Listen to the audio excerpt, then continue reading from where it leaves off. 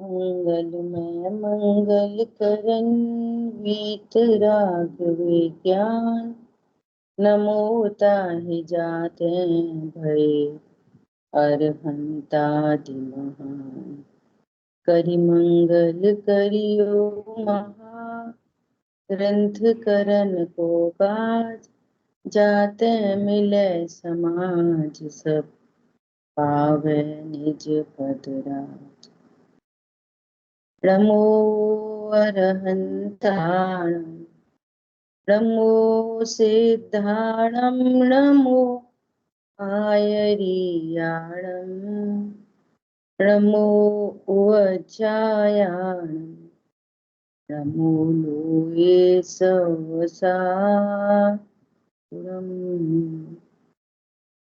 मिथ्या भाव अभावत जो प्रगटै निज भाव। सो जयवंत रहो सदा यह ही मोक्ष उपाय। मोक्ष मार्ग प्रकाशक जी ग्रंथ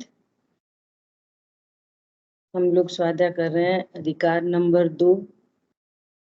और यहाँ जीव के साथ में जो कर्मों का निमित्त नैमित्तिक संबंध पाया जाता है उसका यहाँ पर ज्ञान करा रहे हैं कि किस कर्म के उदय में जीव को कैसे भाव होते हैं, है ना। ऐसा अपना विषय चल रहा है चारित्र मोह रूप जीव की अवस्था।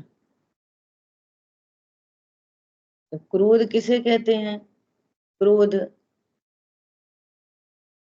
अपने को आत्मा न जानकर, अपने को आत्मा न मानकर जो पर पदार्थों में इष्ट अनिष्ट की कल्पना है, बस वो ही क्रोध है।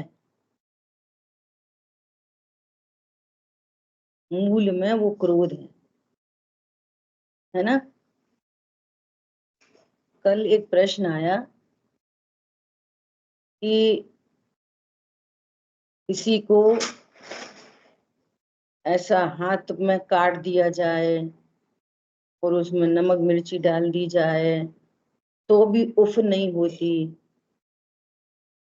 तो ऐसे कैसे हो सकता है कि उसको क्रोध हो, अंतरंग में क्रोध हो, बाहर में तो ऐसा दिखाई दे रहा है। शरीर के प्रति ममत्व रहने पर भी ऐसे भाव हो सकते हैं। बस यही बहुत बड़ी बात है। अपन ने पहले भी चर्चा की ना यहाँ पे कि इस जीव ने पूर्व में कोई कर्म बांधा है ना। 2 दिन पहले बांधा, 20 साल पहले बांधा, 2 भाव पहले बांधा। अब उन सब का उदय आबादा काल को छोड़कर समझो आज दोपहर में 3 बजे उस वंश का उदय आना है। तो कभी तो तीव्र बंद किया था, कभी मंद किया था, फिर कभी और मंद किया था, कभी तीव्र हुआ था। तो उन सब का वो करेंगे ना एवरेज, तो एवरेज निकला कषाय की बहुत मंदता। तो हो गई मंद कषाय, इसमें क्या है? पॉइंट पकड़ में आया? ये अपन ने करणान योग से देखा। अगर अपन दूसरे एंगल से भी विचार करें कि मोह के वशीभूत होकर, मोह के वशीभूत होकर क्या क्या नहीं होता। ये जो सैनिक है ना, सैनिक, ये सैनिक सीमा पे जाते हैं और उन्हें मालूम है कि सामने पाकिस्तान की सीमा है, वहां से बमबारी हो रही है, तो भाग जाओ। बोलो, उस कीमत, देश की कीमत पर, अपने बच्चों की कीमत पर, माँ बाप की कीमत पर, बोलो मरने तैयार रहते कि नहीं रहते? तैयार है, मैं तो जान देने तैयार है। तो इसको क्या बोलेंगे? इनको शरीर से ममत्व तो नहीं है, मरने ही तैयार है। पॉइंट पकड़ में आया? अभी क्यों मरने तैयार हैं? क्यों मरने तैयार हैं? अरे मर जाएंगे तो मर जाएंगे, कम से कम बच्चों को जीवन भर, पत्नी को पेंशन मिलती रहेगी, धन की खातिर। अभी भी धन की खातिर क्या नहीं होता। देवशास्त्री को छोड़ दे, धन की खातिर चला जाए, ऐसी जगह चला जाए जहां तो देवशाह गुरु नहीं मिलने। आधी बात ख्याल में? तो अनेक अनेक कषाएं काम करती हैं, कि बीच के बैकग्राउंड में कषाय ही है। ठीक है? तो ये जो परिणाम होते हैं, ये परिणाम तो क्रमबद्ध में ही हो जाते हैं, इतनी कषाय की मंदता। अब मान लिया किसी ने महाव्रत धारण किए और मिथ्यात्व है, तो अब मैंने तो महाव्रत धारण किए हैं, मैंने तो ब्रह्मचर्य धारण किया है, मैंने तो ऐसा ऐसा अणुव्रत धारण किए है ना, और यदि मैं इनको इनको छोड़ दूंगा तो मुझे नरकादि होंगे। नरक के भय से सहन होता है, स्वर्ग आदि के लोभ से। अगर सहन करेंगे तो स्वर्ग आदि होंगे, और नहीं सहन करेंगे तो गति बिगड़ जाएगी। तो ये सारा खेल किसका है? कषायों का ही खेल है। और वे भी क्रमबद्ध में ही होने वाली कषाय है, वो कषाय है ये, मंद कषाय, तीव्र कषाय, चाहे तीव्र हो चाहे मंद हो, ये सब क्रमबद्ध में होने वाली कषाय है। लेकिन तत्व निर्णय इनसे एकदम जुदी वस्तु है। इतनी मंद कषाय हो सकती है और देह के साथ एकत्व तो बना रह सकता है, तो कोई बड़ी बात नहीं। गणन योग से देखो तो अनेक अनेक भवों में कर्म बंधे थे, वे उदय में आ रहे हैं, तो उनका एवरेज निकला कषाय की मंदता, तो कषाय मंद हो रह जाती है। और घर गृहस्थी में नहीं होता, ऑफिसों में नहीं होता, सहन कर रहे हैं बॉस की काय के लिए, एसीआर बिगाड़ देगा, कुछ गलत लिख देगा, तो अपना सारा प्रमोशन नहीं हो पाएगा। बस चले तो 2 दिन मिला के उसमें, हरी बात ख्याल में? ऐसी घरों में सब ऐसी चलता है। तो वो कषाय की मंदता तो मंदता ही है बस, लेकिन देह से पूरी पूरी एकत्व बुद्धि बैठी है, तत्व निर्णय के बिना, तत्व ज्ञान के बिना। ठीक है, हुआ समाधान? ऐसा देखो दूसरी बात और क्या कहनी है, एक बहुत इंपॉर्टेंट बात करनी है। कल हम लोग बाहर गए तो लौटते में रास्ते में आदरणीय दादा का जो लिखा हुआ पश्चाताप है ना, वो पश्चाताप लगा लिया था। सुनना सब लोग, बहुत सुंदर काव्य रचना है उनकी। तो पश्चाताप में क्या उन्होंने वो दिखाया है, सीन क्या दिखाया है कि सीता जी को जब धोबी ने का आरोप लगाया तो सीता जी को उन्होंने जंगल में निकाल दिया, रामचंद्र जी ने, है ना। और उसके बाद अग्नि परीक्षा हुई तो सीता जी निर्दोष सिद्ध हो गई, है ना। निर्दोष थी सो जगत को पता चल गया, ऐसा। तो उसके बाद का रामचंद्र जी का संवाद है कि उन्हें कितना पश्चाताप हुआ कि मेरे से मिसिंग हो गई, ये काम करने जैसा नहीं था। ठीक है, तो वो सीता से कह रहे हैं कि मैं तो पुरुषोत्तम राम था, मुझे तो तुम्हारी केयर करनी चाहिए थी, ऐसे ऐसे उसमें है। तो उसमें दादा ने ऐसा एक वो दिया है कि किसी के कहने पर अपनों को दंड दे देना, ये कोई महान काम नहीं है, ये महानता नहीं है।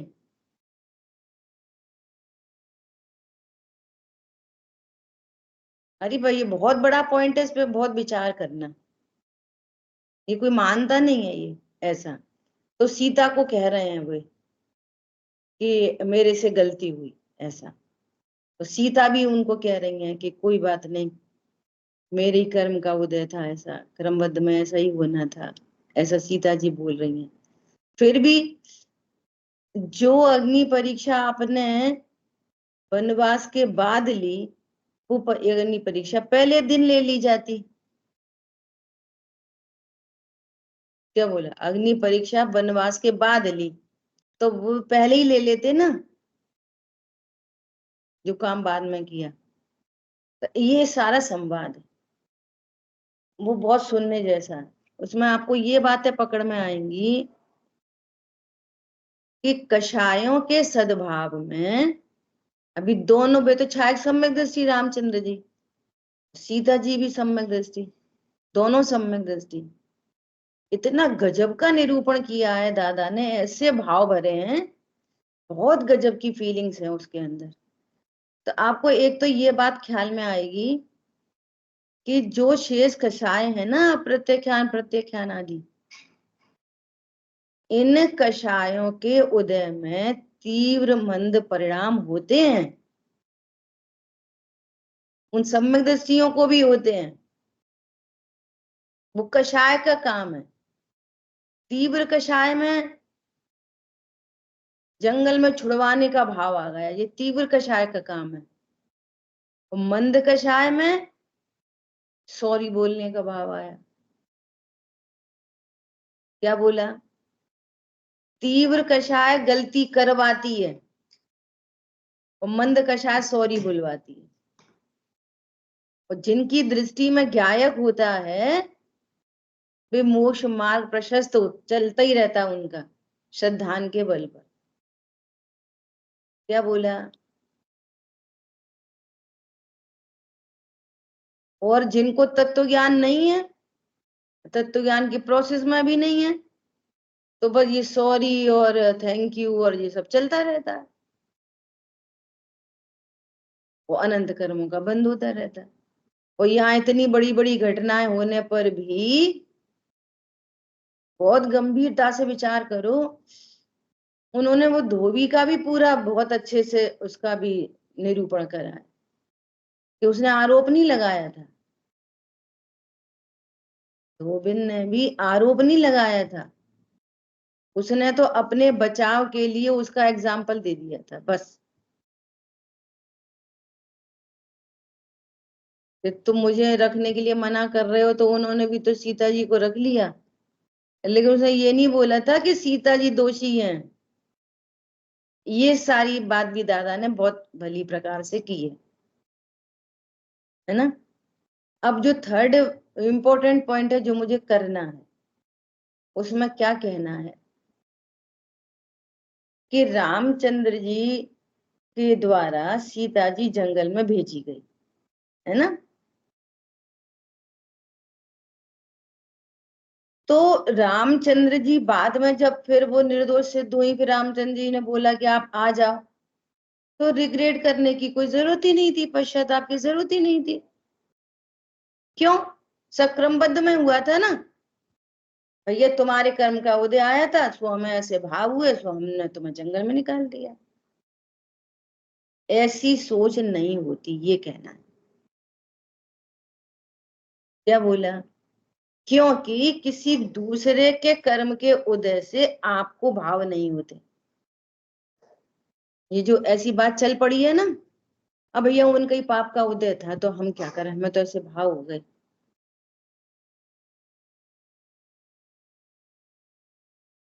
सीता जी के साथ उनके आज की भाषा में बोलो, उनके साथ बैड बिहेव हुआ, तो ये सीता जी का मैटर है कि वे ऐसा विचार करें कि क्रमबद्ध में होना था और मेरे कर्म का उदय। ये वाली बात रामचंद्र जी के कहने की नहीं है। क्या समझ में आया?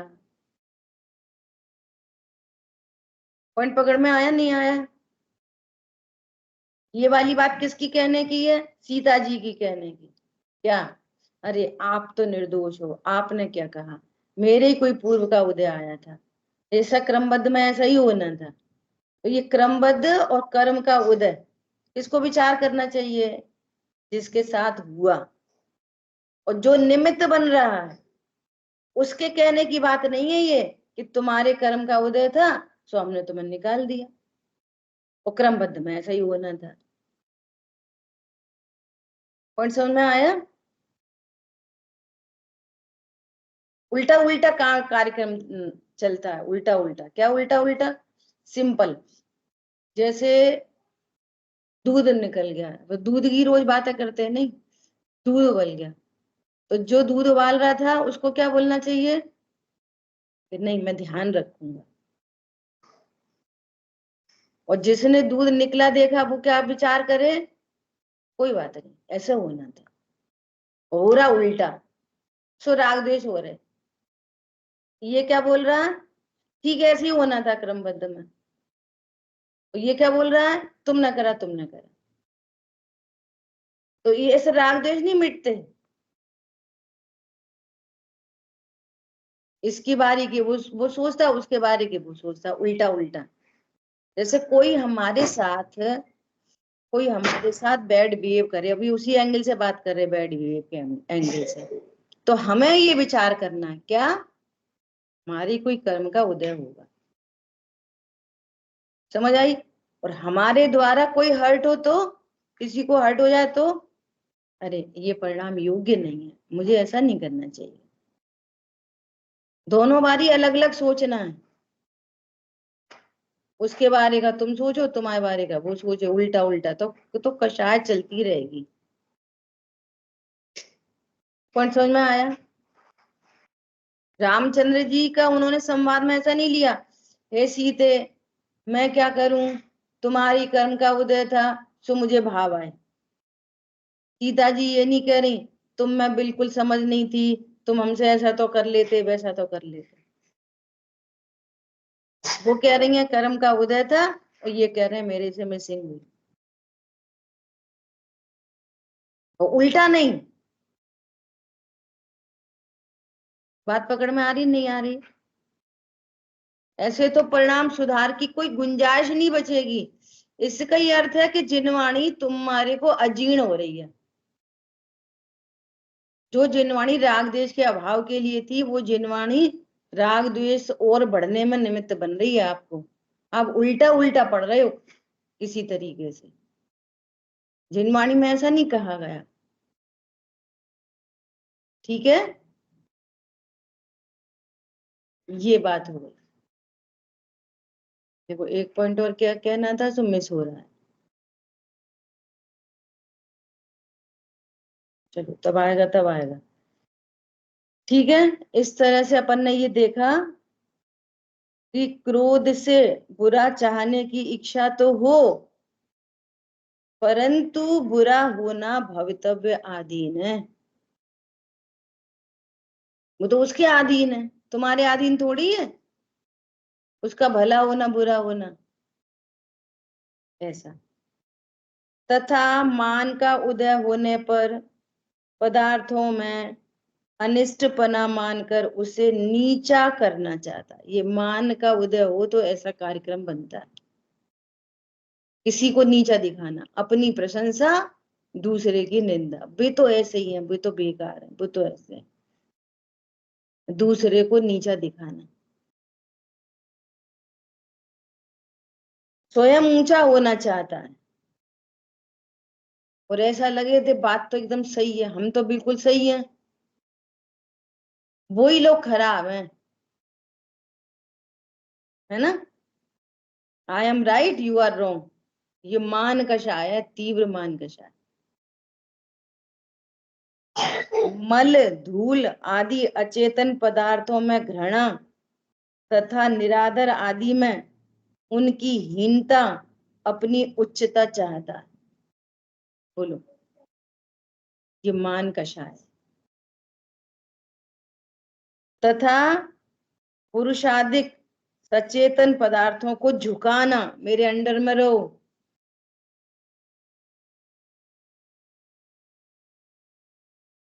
घर का हेड क्या चीज होती है, बहुत बड़ी चीज होती है। वो झुका के नहीं रखता, अपने अंडर नहीं करना चाहता, झुका के नहीं रखता, सबको बराबर का वो देता है सम्मान, बराबर का। क्यों? सब आत्माएं बराबर है, न कोई छोटा है न बड़ा है। ठीक है। अपने अधीन करना इत्यादि रूप से उनकी हीनता अपनी उच्चता चाहता है। ये मान कषाय ऐसी होती है जो तिल मिलाता है जीव। समझ में आ रही है? जब मान पूरा नहीं होता ना, तो अंतरंग में बहुत तिल मिलाहट होती है। मैं ऊंचा और तुम नीचे, मैं बड़ा तुम छोटे।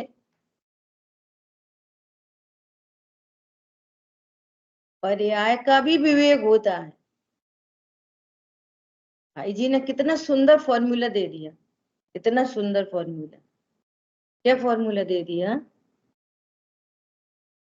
दो जीवों की योग्यताएं न्यारी न्यारी होती हैं। सबकी योग्यता एक जैसी होती ही नहीं है। अब ऐसा मान के चलो, माँ और पुत्र, सास बहू, कुछ भी लगा लो, पिता पुत्र, तो ये दो न्यारे न्यारे जीव हो गए ना। इनकी दो की योग्यता न्यारी न्यारी होती है, एक जैसी होती है। हम जैसा हम करते हैं सो तुम करो। जब न्यारी न्यारी योग्यता ये वस्तु स्वरूप है कि किसी की योग्यता किसी से नहीं मिलती। अरे अनंत होने पर भी अनंत भगवान के भी दो अनंतों के औदिक भाव नहीं मिलते। तो तुम्हारी क्या बात चलाई? ये वस्तु स्वरूप है ये, कि हमारे कोई हमारे जैसा बन जाए। द्रव्य से देखो कि सब एक जैसे हैं, और पर्याय में योग्यता काम करती है। तो दो जीवों की योग्यता कभी एक जैसी नहीं होती, तो फिर कंपैरिजन की बात ही पूरी खत्म हो जाती है। Equal to no comparison, equal to no राग द्वेष, बस साम्य है। उसकी योग्यता का विचार करके समता आती है। आ रही है बात ख्याल में? देखो कैसे दो द्रव्यों की योग्यता न्यारी न्यारी होती है। देखो, एक छोटा सा पेपर लिया और उसके टुकड़े कर दिए, छोटे छोटे कर देते टुकड़े, फाड़ते हैं, छोटे छोटे टुकड़े कर दिए। जब 8-10 टुकड़े कर दिए उसके, हथेली पे रखो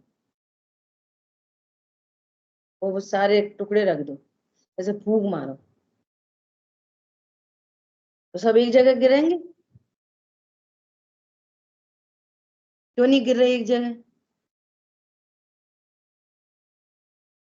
बोलो, कितना सरल दृष्टांत है समझने, योग्यता समझने के लिए।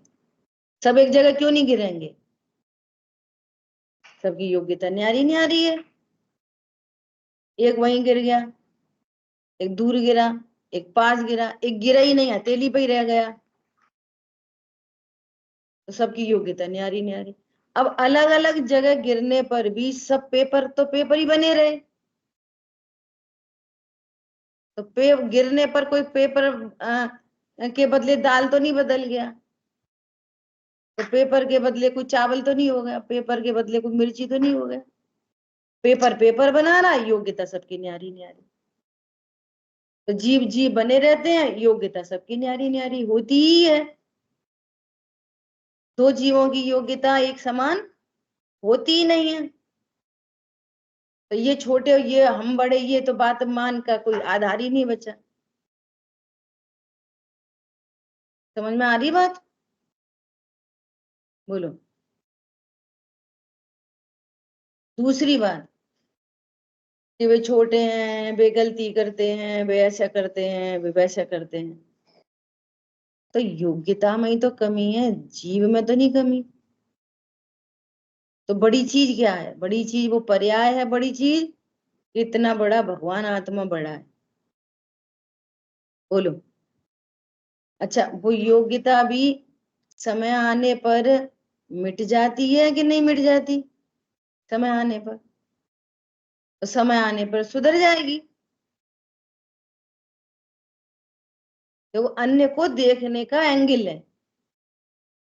अभी छोटा बच्चा है, बार बार वॉमिट कर देता है, बार बार सुसु कर देता है, तो वो योग्यता सुधरेगी कि नहीं सुधरेगी काल पाके? बोलो, सुधर जाएगी अपने स्वकाल में। तो उस पर्याय से पूरे जीव को देखोगे तो ये मान कषाय का प्रसंग बनेगा।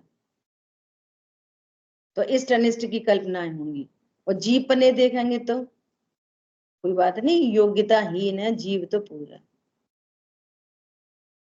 पंडित साहब ने कितनी बढ़िया रचना लिखी है। पर्यायहीनता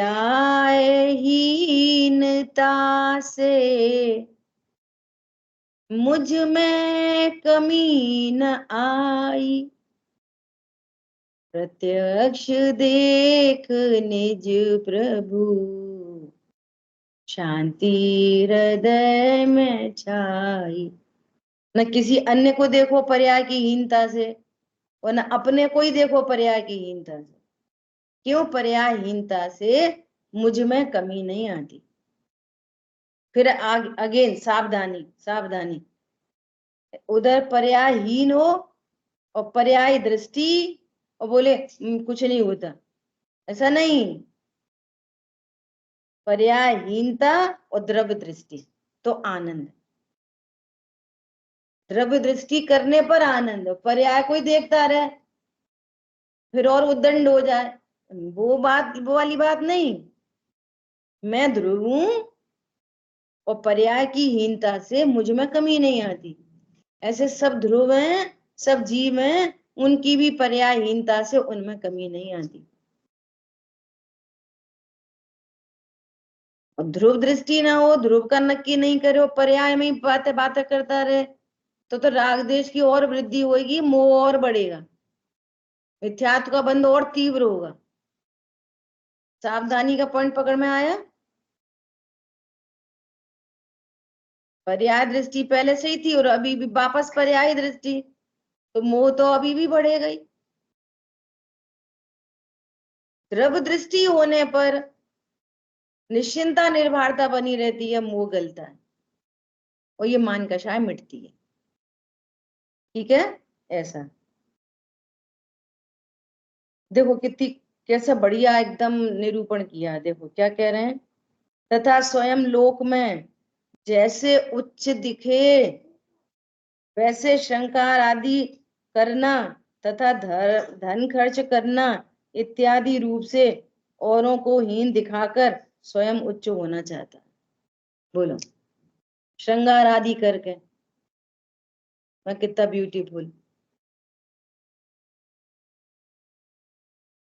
धन खर्च करके भी मेरा बंगला मेरी गाड़ी, मैंने शादी कराई, मैंने ऐसा ऐसा रिजॉर्ट लिया था, डेस्टिनेशन मैरिज, और ये बर्थडे पार्टी, धन खर्च करके भी। जो धन इतनी मुश्किल से कमाया गया, इतनी मेहनत से खर्च जिसको कमाया गया, मान कषाय के चलते पानी में बहाने तैयार। क्यों? मैं सबसे उच्च दिखाई दूं, भले ही वो उतनी औकात नहीं हो, लेकिन मान कषाय के वशीभूत होकर अधिक धन खर्च करके भी अपने को ऊंचा दिखाना चाहता है। कोई क्या बोलेगा, अच्छा ये तो बड़े करोड़पति हो गए। करोड़पति नहीं हो गए, मान कषाय। हम सिंपल से काम कैसे कर लें, कोई क्या कहेगा। बहुत बहुत घटनाएं घटती हैं, बहुत।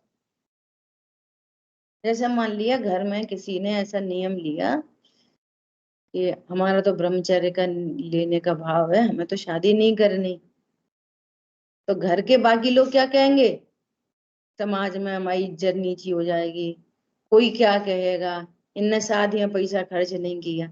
देखो, वो गुणों की नहीं, अपनी मान कषाय की चिंता।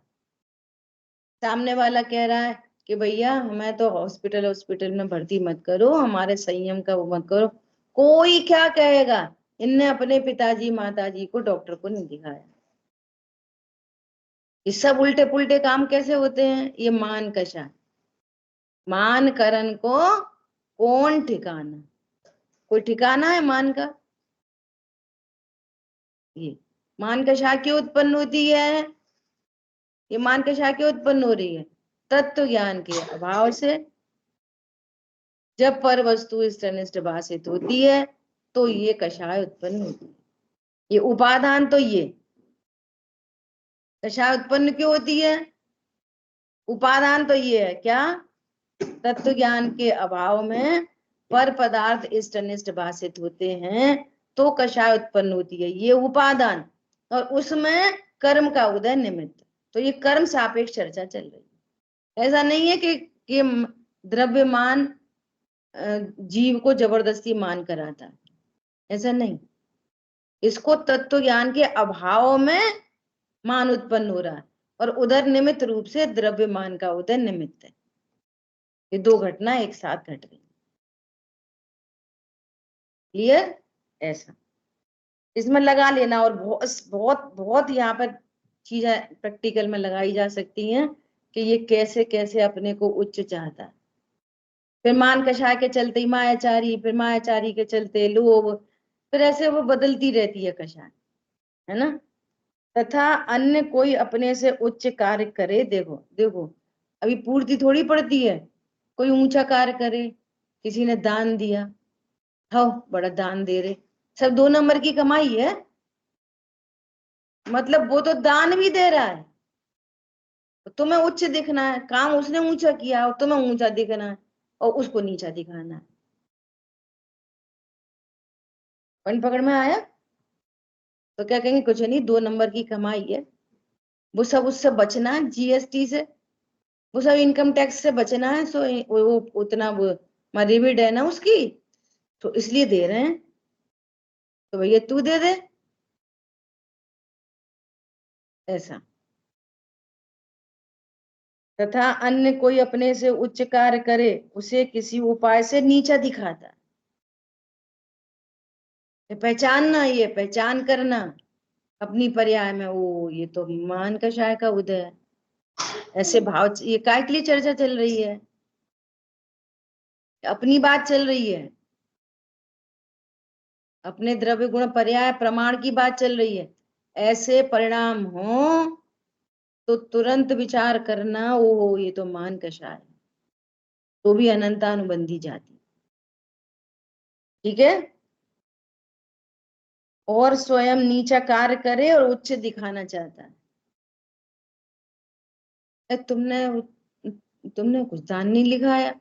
अरे अभी क्या बताएं, अभी वे लोग आए थे, वे पीछे पड़ गए थे तो हमने माँ दे दिया था, फिर वे लोग आए थे तो हमने उन्हें भी दे दिया। इसलिए अब अभी हमारा मन नहीं है, हम 2 3 3 जगह बहुत दे चुके हैं। तो अब खुद नहीं दे रहा तो भी अपने को ऊंचा दिखाना है, और जो दे रहा है उसको नीचा दिखाना है। पॉइंट समझ में आया? कैसे गजब गजब की बात है। अभी शिविर हुआ था ना ग्वालियर में, मेरे में तो नेचर में नहीं है कि, फिर भी एक एक बार बोल दिया कि भाई जिसके भाव हो अगर शिविर में दान राशि के, तो वो अपना कर दे। यूएस की क्लास वालों उन लोगों ने भी दान राशि भेजी अपनी। तो पता है उन्होंने क्या, जिस जिस व्यक्ति ने 1 लाख रुपए की राशि दी, उन्होंने ये बोला कि आप हमारा नाम अनाउंस नहीं करना, नाम अनाउंस नहीं करना कि उन्होंने 1 लाख रुपए दिए। एक बार अपन 10,000 वाले तो कह देंगे गुप्त दान, ये 2 लाख वाले थोड़ी बोलेंगे गुप्त दान। आई बात ख्याल में? अच्छा, किसी को पता नहीं चले, मान लिया आपने 1 लाख रुपए दिए और किसी को पता नहीं चले, तो पता नहीं चलने से पाप बंधेगा? अरे भावों से पुण्य पाप का संबंध है। दान के भाव थे, अरे खूब जिनवाणी छह पाए, अरे खूब बच्चे तत्व ज्ञान ले, अरे खूब बच्चे, तो इस भाव से तो पुण्य का बंध है। और पैसे के देने लेने से तो बंद ही नहीं होता। क्या बोला? तो किसी को पता नहीं चले तो बंद नहीं होगा, पुण्य बंद नहीं होएगा। हमने 1 लाख रुपए दिए, कोई को पता नहीं चले तो क्या का पुण्य बंधेगा? पता तो चलना चाहिए। तो पुण्य नहीं बनता, पाप बनता है ये मान कषाय का। दूसरी बात इससे भी इंपॉर्टेंट, उन लोगों ने थैंक्स लिख के भेजा। क्या? दीदी आपको बहुत बहुत धन्यवाद है कि आपके निमित्त से हमारी धनराशि सही कार्य में लग गई, हमारी थोड़ी लोभ कषाय कम हुई, आपके निमित्त से हमारी कषाय कम हुई, तो आपको बहुत बहुत साधुवाद। ले, और अपने यहाँ क्या बोलेंगे? पीछे पड़े थे बेलो, तुम्हें देना पड़ा। ऐसे व्यक्ति को पुण्य भी नहीं बनता, पैसे चले जाते हैं और पुण्य नहीं बनता। फिर पीछे पड़े थे, देना पड़ा। और वो क्या कह रहे हैं कि आपके निमित्त से पैसा सही जगह लगा। अगर आप नहीं बोलते तो हमें दान के भाव नहीं आते। और जो बोलेंगे जी हमारे पीछे पड़े रहते, जबरदस्ती इन नाम से दान करवाया। क्या बोला? ऐसे उल्ट पुल्ट मामला है। पंडित साहब कहते हैं कि अगर आप देने वाले को बड़ा कहोगे ना, ये नीचे और ये देने वाले का, तो फिर मुनिराज होंगे छोटे और श्रावक होंगे बड़े, क्योंकि बिहार दे रहे, ले रहे नहीं। कौन बड़ा? तो इसलिए तो हम मांगते रहते हैं कि हमें नींबू दे दो, मिर्ची दे दो, वो दे दो, ये दे दो, खाना दे दो, पीना दे दो। विषय भोगों के लिए मांगे सो सबसे दीन। क्या बोला? तो मुसलमानों ने लिख दिया, कबीरदास जी का दुआ दुआ है ना, जो मांगे सो मरे के बराबर, और मांगने वाले को भी जो मना करे सो उससे भी बड़ा, मरे से भी मरा, ऐसा कुछ ये है ना उनका एक दोहा। विषय भोगों के लिए कभी नहीं मांगना, कभी नहीं। सामग्री जो मिलती है वो पुण्य प्रमाण मिलती है, मांगने पर भी नहीं मिलती। तुमने छोटी सी चीज मांगी, नींबू, और वो बोल देगा अरे भाभी जी आज ही खत्म हो गए नींबू। मांगने से पाप बनता है, दीनता का पाप बनता है मांगने से, विषय भोगों के लिए मांगा जाए तो। ठीक है, ऐसा। तो अब यहाँ पर क्या कह रहे हैं, इस प्रकार मान से अपनी मेहनतता की इच्छा हो तो हो, तुम्हारी मेहनतता की इच्छा हो तो हो, लेकिन मेहनतता होना तो भवितव्य अधीन है। तुम्हारी इच्छा से थोड़ी तो मेहनतता मिलती है, वो तो भवितव्य अधीन है। उस संबंधी यश कीर्ति का उदय होएगा तो मिले मिले, नहीं मिले नहीं मिले। देखो कितने फैक्टर्स काम करते हैं एक कार्य के होने में, अनेक निमित्त बनते हैं। हम तो अपनी मेहनतता चाह रहे हैं और तुम्हारा अपयश कीर्ति का उदय है, तो क्या करोगे? घरों में देरानी जेठानी एक साथ हो, भाई भाई, तो ये बहुत चलता है।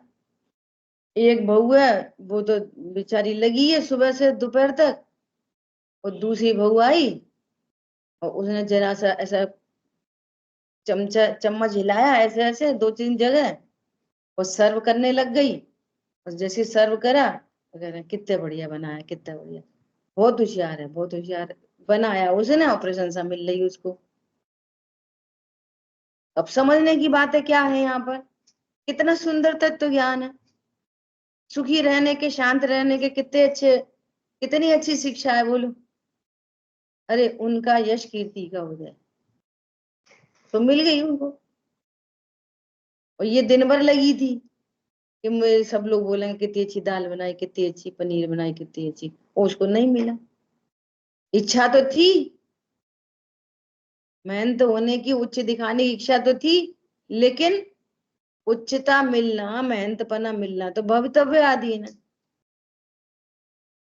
तुम्हारे परिणामों के अधीन थोड़ी है, वो कर्म के उदय के अधीन है। ऐसा पंडित साहब का स्लोगन है एक बहुत अच्छा, क्या? कर्तृत्व बुद्धि से, कर्ता बुद्धि से किए गए कार्यों में न शांति मिलती है और न प्रशंसा मिलती है। क्या बोला? कर्तृत्व बुद्धि से किए गए कार्यों में न प्रशंसा मिलती है और न शांति मिलती है, और कर्तव्य से किए गए कार्यों में जिसको प्रशंसा की चाह नहीं है, सहज पने प्रशंसा मिलती है। हरी बात ख्याल में? देखो कैसी बहुत पुरानी बात याद आ गई, शेयर करते हैं आपसे। क्या हुआ?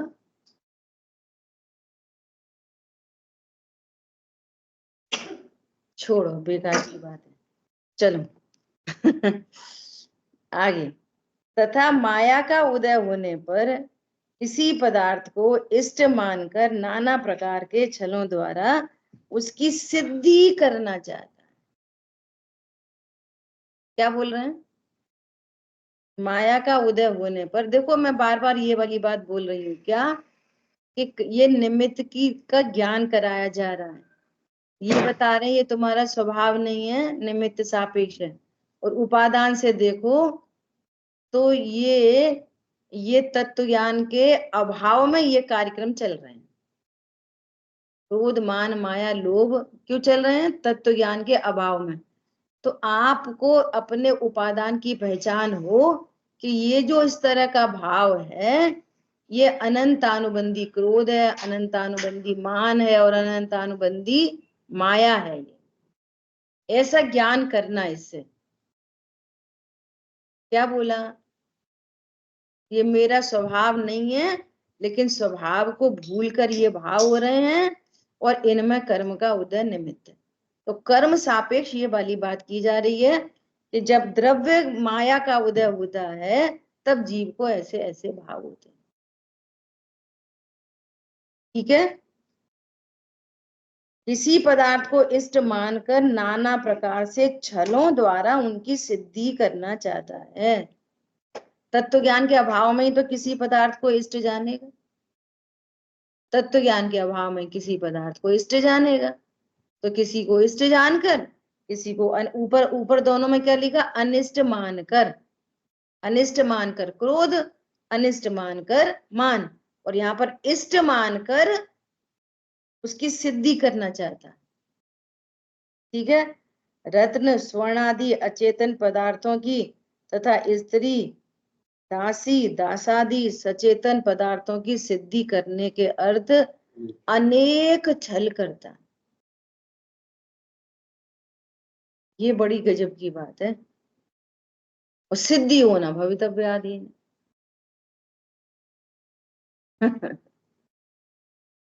हम तो एन केन प्रकार तुम्हें अपना बनाना चाहते। तो अब ये अंतरंग में चल तो रहा है छल। वो वस्तु पर द्रव्य जो मेरा कुछ भी नहीं है, या तो उसमें इष्ट की कल्पना हो रही है या अनिष्ट की कल्पना हो रही है। अंतरंग में वो लग तो रहा है अनिष्ट, लग तो रहा है इष्ट, है ना? और नाना प्रकार से छल के द्वारा, अरे अब हम तेरे लिए नई साड़ी लेके आए थे बिल्कुल तुझे ही देने के लिए, और रखी है पुरानी और पैकिंग वैकिंग में करके दे दी। अनेक छलों के द्वारा सिद्धि करना चाहता। और उधर से बात करो तो उसका तो पुण्य का उदय है, उसको मिलनी है वो वस्तु, और तुमको छल का बंद होना है तो तुम छल करो। तुमको अनंतानुबंधी छल का बंद होना है ना, और सामने वाले का पुण्य का उदय। तो छल के द्वारा अपना नुकसान और दूसरे का फायदा होता जाए, कि सिद्धि कर रहा है ना, उसको अपने अंडर करने के, उसकी सिद्धि करने के अर्थ। ठीक है? ठगने के अर्थ अपनी अनेक अवस्थाएं करता है, सामने वाले को ठगने के अर्थ। अरे हमें क्या पता, हमें तो बहुत चक्कर आ रहे हैं। अब काम नहीं करना, अब बहुत चक्कर आ रहे हैं, समझ दूसरे को ठग रहे। पंडित साहब ने लिखा है, क्यों समझे ठगता औरों को, पाप बंद कर ठगता खुद को, कोई बहाना नहीं बनाओ, रत्न त्रय रथ पर चढ़ जाओ। बोलो, ये समझ दूसरों को ठग रहे, उनको बेवकूफ बना दिया। हम तो ट्रेन में चढ़े, टीटी आया, हम तो बाथरूम में चले गए, हमने टिकट ऐसे कर ली, हमने उसकी उसको दे दी, फिर उसकी हमने दिखा दी, अब बेवकूफ बना दिया उसको। उसको नहीं बनाया, अपने को बनाया। एक द्रव्य दूसरे द्रव्य के लिए कुछ नहीं करता। अशुभ भाव अपने लिए, शुभ भाव अपने लिए, धर्म भी अपने लिए, तीनों के लिए पर की कुछ आवश्यकता है ही नहीं, न शब्दों की और न शरीर की। शरीर की भी, आप पाप के लिए भी शरीर की आवश्यकता नहीं, पुण्य के लिए भी शरीर की आवश्यकता नहीं, और धर्म के लिए भी शरीर की कोई आवश्यकता नहीं। समझ में आई बात? सब कितने कितने कथन उपचार के होते हैं ना, ये स्वरूप नहीं समझने। देखो भैया, शरीर पड़ोसी है, शरीर का ध्यान रखो। क्यों रखो शरीर का ध्यान? तेरी अभी कमजोर भूमिका है ना, अभी शरीर में कुछ बिगाड़ होएगा तो तेरा उपयोग उधर लग जाएगा, स्वाध्याय से भी छूट जाएगा। इसलिए वो उपदेश है, न कि इसके लिए कि शरीर बिगड़ा तो तुमको पाप बंद होएगा, कि शरीर बिगड़ा तो तुम धर्म नहीं कर पाओगे। तुम्हारी भूमिका अच्छी नहीं है ना, इसलिए। पंडित साहब ने कितना पॉजिटिव अर्थ निकाला है। क्या अर्थ निकाला है? कि जब शरीर में करवट बदलने की ताकत नहीं हो, तब भी आत्मा इतनी सामर्थ्यशाली है कि उपयोग पलट के रत्नत्रय प्रकट कर सकता है उसी काल में। बोलो, क्या संबंध बना शरीर से? और हाथ में इतनी ताकत नहीं हो कि मुंह पे बैठी मक्खी को उड़ा दे, उसी काल में आत्मा में उपयोग में इतनी सामर्थ्य है कि कर्मों को धू धू करके उड़ा दे। बोलो। और पता है, ये ज्ञानंद शावकाचार्य जी में इतनी बढ़िया, इतनी गजब की बात लिखी है, इतनी गजब की बात। अभी देखो, 2-3 पॉइंट डिस्कस करने मुझे इसी बात पर, शरीर संबंधी। क्या वहां लिखा है कि जैसे कोई पुरुष रत्न रत्न का व्यापारी अपने रत्न को इकट्ठा, धन लोलुपी ऐसा शब्द लिखा है, वो धन इकट्ठा करता है, रत्न इकट्ठा किसी झोपड़ी में रत्नों को इकट्ठा करता है, कमा कमा के रत्नों को इकट्ठा करता है झोपड़ी में।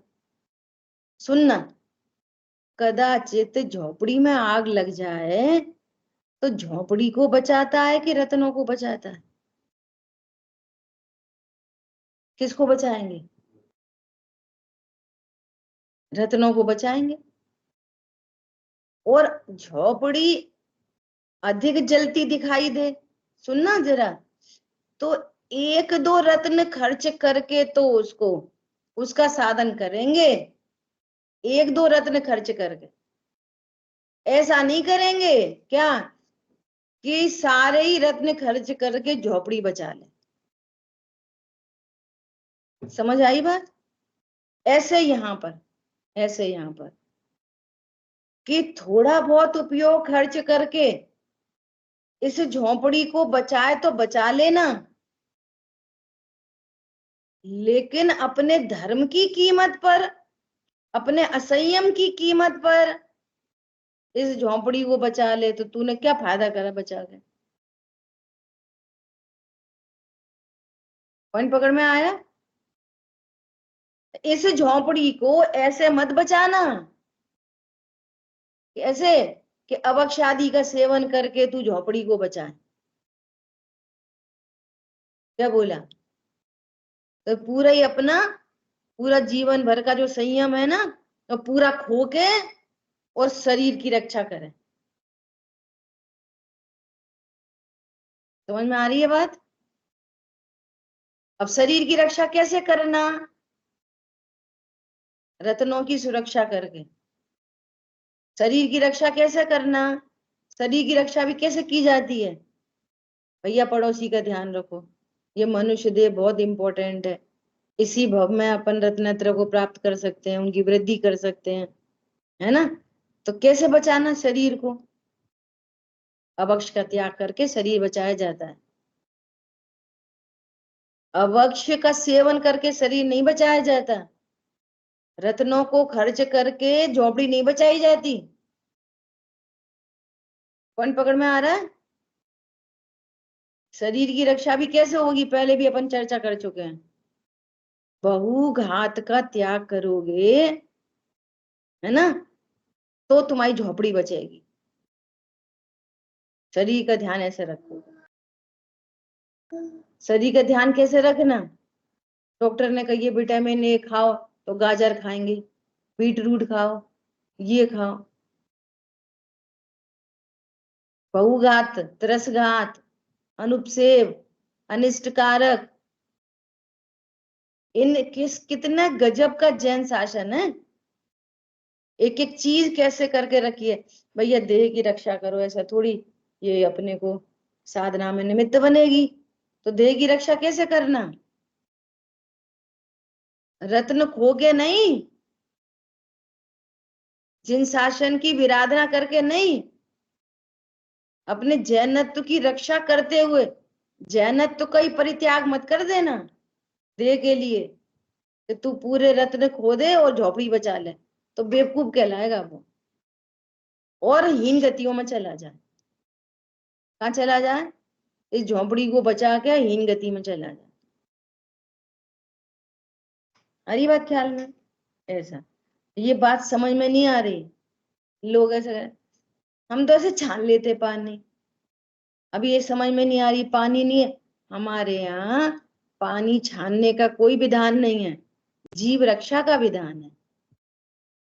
अभिप्राय ही वो खोटे हैं। पानी थोड़ी छान के पीते हैं।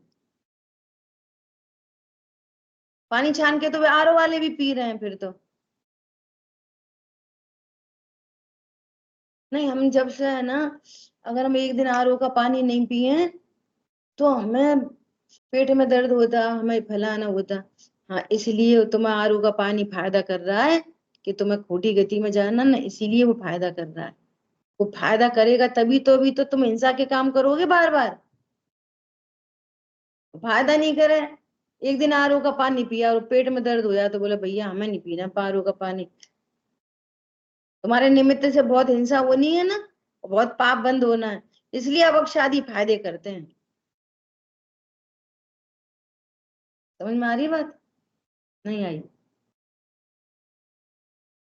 जब से हमने बीट रूट का जूस पिया है ना, तब से हमारा हीमोग्लोबिन बढ़ गया। हाँ, हीमोग्लोबिन तो बढ़ गया, तुम्हारा जैन कुल चला गया और तुम हीन गति में जाने वाले हो अब। इसलिए वो फायदा करती है। छिपकली की कहानी याद कर लेना।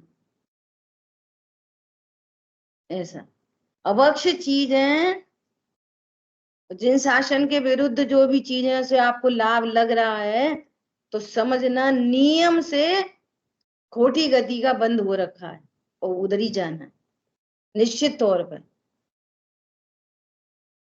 तभी तो पाप बंधेगा। पुण्य यहाँ पे खलास करके जाओगे और बहुत सारा पाप लेके तो जा पाओगे। तो बहुत सारा पाप बांधना है ना यहाँ पे, तो वो ऐसे ही बंधेगा और बुद्धि उल्टी उल्टी काम करती रहेगी। ऐसा, ठीक है? इस प्रकार माया से इष्ट सिद्धि के अर्थ छल तो करे, परंतु इष्ट सिद्धि होना भवितव्याधीन है। दो सब में लिख रहे हैं, इष्ट सिद्धि होना तो भवितव्याधीन है, उस संबंधी पुण्य चाहिए। लेकिन जो वर्तमान परिणाम हो रहे हैं, वे परिणाम से तो तुझे पाप बंद होगा। ऐसा।